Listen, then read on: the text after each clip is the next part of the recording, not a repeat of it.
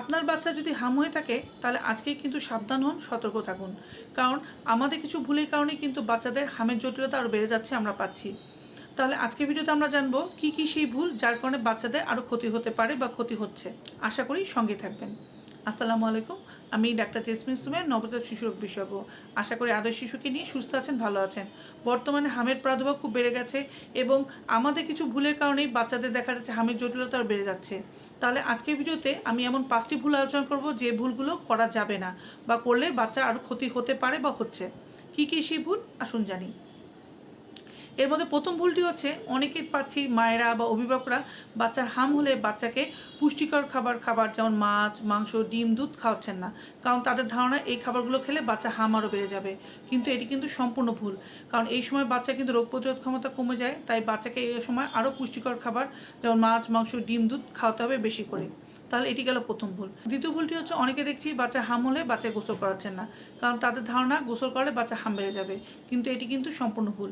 বাচ্চার হাম হলে বাচ্চাকে আরও পরিষ্কার পরিচ্ছন্ন রাখবেন এবং নিয়মিত কুসুম গরম পানি দিয়ে গোসল করাবেন। তৃতীয় ভুলটি হচ্ছে, আমরা বারবার বলা সত্ত্বেও আপনার বাচ্চাকে ভিটামিন এ ক্যাপসুলটি খাওয়াচ্ছেন না।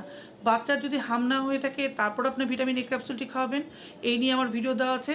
এবং হাম হলে তো অবশ্যই ভিটামিন এ ক্যাপসুলটি দিতে হবে এবং ডাক্তার দেখিয়ে নির্দিষ্ট ডোজে ভিটামিন এ ক্যাপসুলটি খাওয়াতে হবে।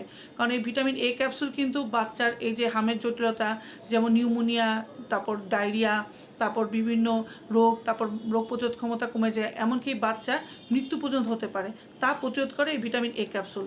অর্থাৎ হামের জটিলতা কমায়। তাই হামের ক্ষেত্রে ভিটামিন এ ক্যাপসুল কিন্তু গুরুত্ব অপরিসীম, তাই অবশ্যই ভিটামিন এ ক্যাপসুল খাওয়াবেন। 4 নম্বর ভুল হচ্ছে, অনেকে দেখছি বাচ্চাকে টিকাটি দিচ্ছেন না।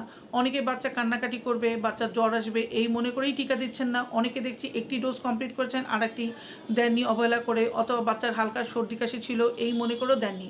অর্থাৎ তাদের ডোজ শুরু হয়নি অথবা ইনকমপ্লিট। সেক্ষেত্রেও কিন্তু এই হামের জটিলতা বেড়ে যাচ্ছে। তাই অবশ্যই বাচ্চাকে বয়স অনুযায়ী 9 মাসে এবং 15 মাসে হামের টিকাটি অবশ্যই দিয়ে নেবেন। আর 5 নম্বর যে ভুল, তা হচ্ছে আপনার বাচ্চা যদি হাম হয় সেক্ষেত্রে বাচ্চাকে কিন্তু আইসোলেশন রাখতে হবে, অর্থাৎ বাচ্চাকে একটু আলাদা রাখবেন।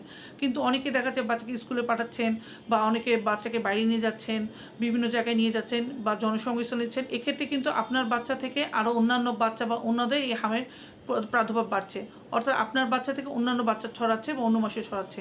তাই আপনার বাচ্চাকে এই হাম অবস্থা অবশ্যই আইসোলেশন রাখবেন অন্তত কিছুদিন। তাই আমরা যেন এই 5টি ভুল না করি সেদিকে যেন আমাদের খেয়াল থাকে। ভিডিওটি শেয়ার করে দিতে পারেন, তাহলে অন্যান্য মারাও জানবে, উপকৃত হবে। এবং আপনাদের কোনো প্রশ্ন থাকলে আমাকে করতে পারেন, আমি উত্তর দেওয়ার চেষ্টা করব।